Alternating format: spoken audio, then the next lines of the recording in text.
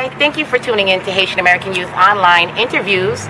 This is our guest, Donaldy Salvant, Tinez Salvant's son. Guys can look it up on Google. His father's name is spelled T-I-N-E-S-S-A-L-V-A-N-T. Look him up and you'll understand why he is just, he was born a beast before he was even created. Okay? So this is Donaldy Salvant, Tinez Salvant's son. And though his father has a lot of popularity, he's got his own style, a Blagoete, as we're going to learn. So, Donaldy, thank you so much. Thank you. Alrighty, so first off, we know, and I'm honored because I learned up more about your father, that you're Tinez Salvant's son. How do you pronounce it? So, because you know me and the Creole and yeah. You're doing fine. Yeah, I'm doing fine. Tinez Salvant, yeah, exactly. Salvant, okay. Tinez Salvant. But you got it, boy. Tinez, longupa lu like mine, you know. So, this is what I want to know. What is this Blagoete before we get into other stuff with you? But the Blagoete is a new style that I'm coming up with. Okay. You know, there's poetry, there's people who do spoken word, right, praise and worship. But the Blagoete, I wanted to capture the essence of the Haitian culture. Okay, good. Where I tell a poem that is at the same time a blag. Okay. Meaning that I combine two words. The blagueur, which is somebody tell jokes, okay, and a poet. Okay. And I combine it, make it a Blagoete. And the Blagoete, most of the time they are stories. They're not like a poem that, most of the time they don't have a deep meaning. If you're looking for a deep meaning, right? I was laughing. I didn't find no deep meaning. I was laughing. They have a laugh. You laugh about it, but at the same time the culture stay with you. Right. Yeah. So this is one of the things that I come up with, and I feel like I'm pushing this as the Blagoete. That's what the Blagoete. So before I have to hit on your father, Tinez Salvant. How was it growing up? His son, like, with his, like, I saw one, gosh, why don't I remember the name of the song? Long Mayem? Yeah, Long Mayem. Yes. Like, I saw that online. Yes. That's really big. Yes. So, it's sort of funny to look at a little bit because, it was back then, back in the 90s, stuff like that. But it was nice. It was like, oh my God, I got a powerhouse, like, I can't believe I even got to meet you through Kid Kuji, Thanks, Kuji.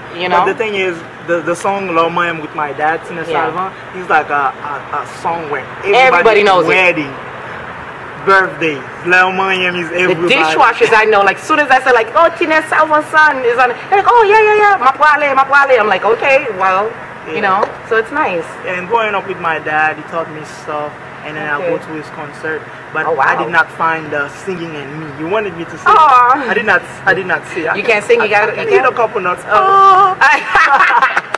You're so funny. I do my little thing, but in the shower. Then. In the shower. So how old were you when you knew you were funny?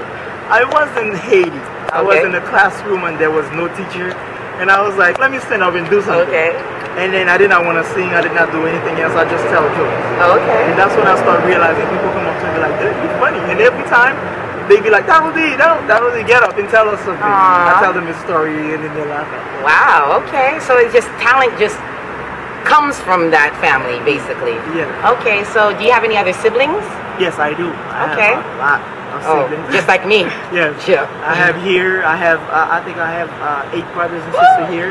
Wow. And I have 3 living in Haiti. Wow. Yes, I do. That's running with the 11 that my dad has. Yeah. Okay. You can make a one soccer team. Exactly. Like my dad says, he doesn't need nobody to come to his funeral at all. He just needs his family.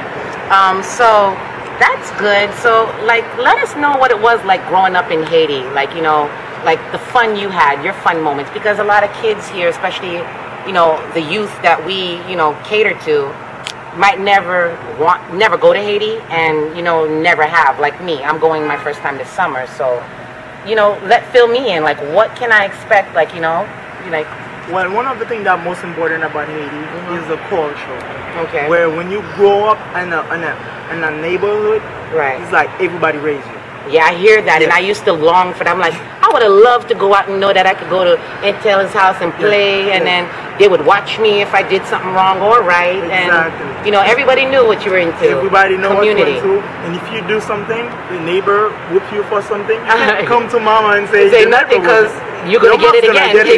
Like, yeah, what you did? Yeah. So the sense of the family, we still have that. Even when the media, the news portray us as the poorest country on earth, but we still have the core value of a family. I know that. We hold relationship.